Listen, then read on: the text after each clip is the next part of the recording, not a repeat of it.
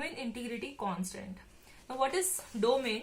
So domain is a set of values that we assign to an attribute. Basically the idea behind domain integrity is that every value in a column has a finite set of possible values. For example, if I have a table and if I have an attribute called name, and if I have specified it to be a char data type, then it will only take the values of char. It will not allow any number or digit to be inserted in it.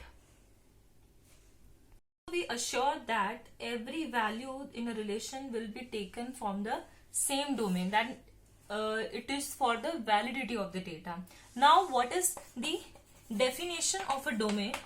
How can we define a domain? So there are some columns, or you can say fields. Very first is attribute,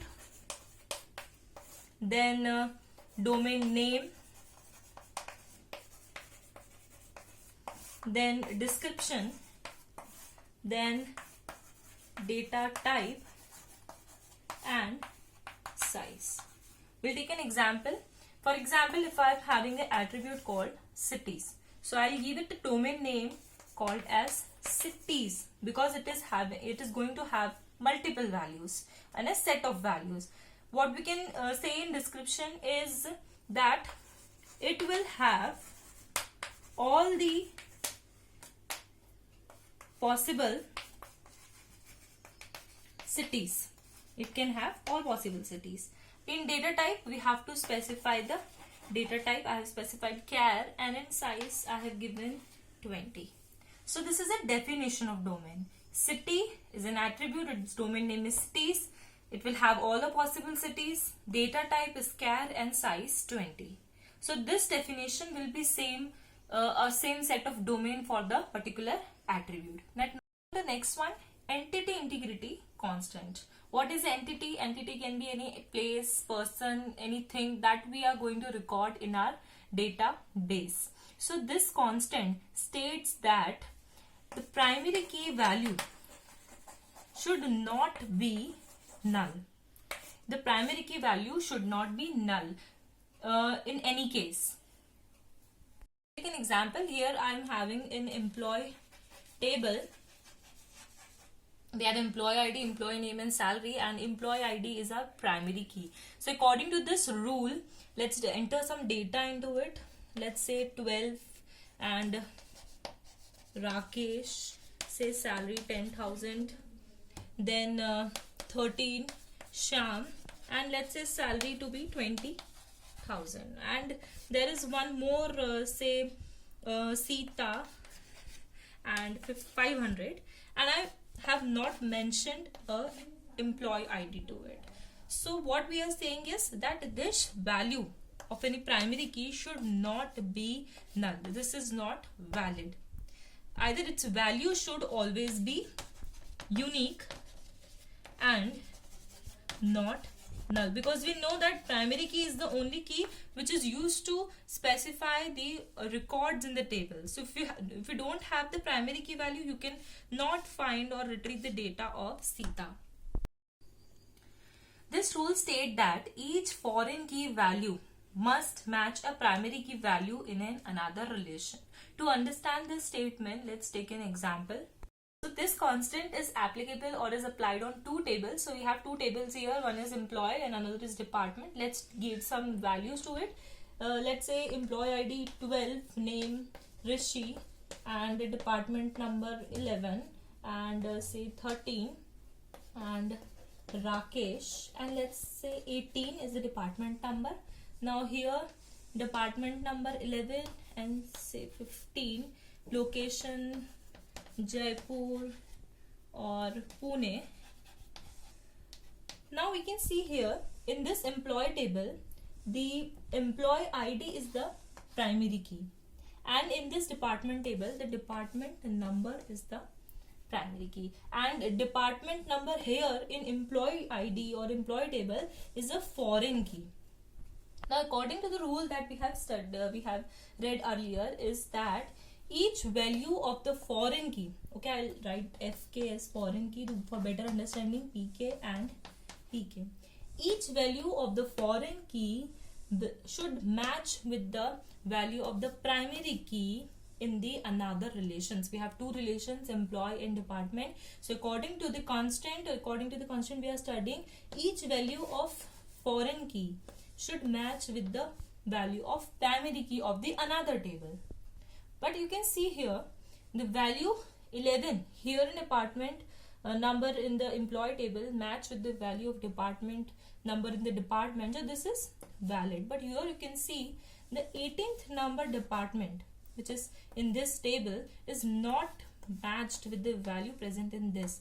That means this rule is will not allow these type of relations. So we can say that this is not allowed, as the D number 18 is not defined as a primary key of table 2 in table 1, and D number is the foreign key. To prevent our data from these kind of violations, we use all these constants.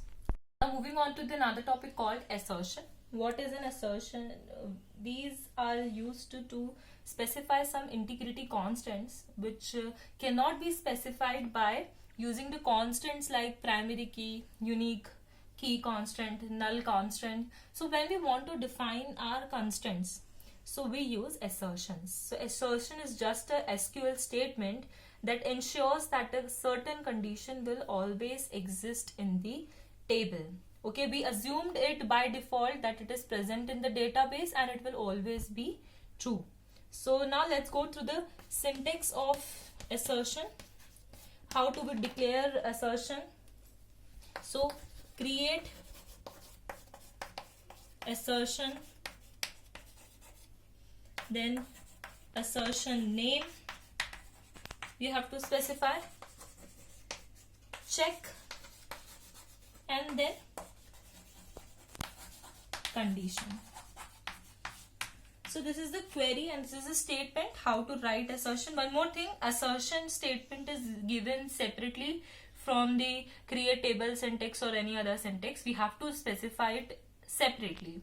So create assertion, assertion name, then check, and then we have a condition. This condition checks the assertion in the database. Also, this is a syntax to create an assertion. Along with it, I'm to drop an assertion, drop assertion and assertion name. This is a syntax for dropping an assertion. Let's go through an example to get a better understanding of assertion.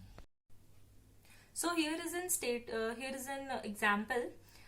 This SQL statement creates an assertion to demand that there is no more than a single precedent among the employees. So we have an employee table, and the assertion we have to create is that there should be not more than one precedent among the employees. Okay, it should be 0 or it should be 1. That means it's at most one precedent. So to write the assertion, we'll write the query create assertion. Okay, we have to specify an assertion name, so I'll just give at most one precedent.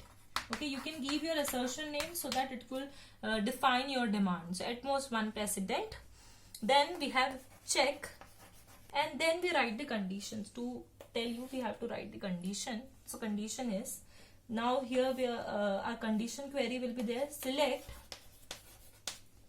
count star from employee.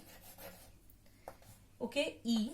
We know about this already. It's alias. Okay, we don't have to write again and again EMP. We can write it as E, where E dot job is equals to precedent. This is what our query is. We'll close the query. Now the result which will come after this condition should be what? Should be, less than or equal to 1, and we'll close the check bracket.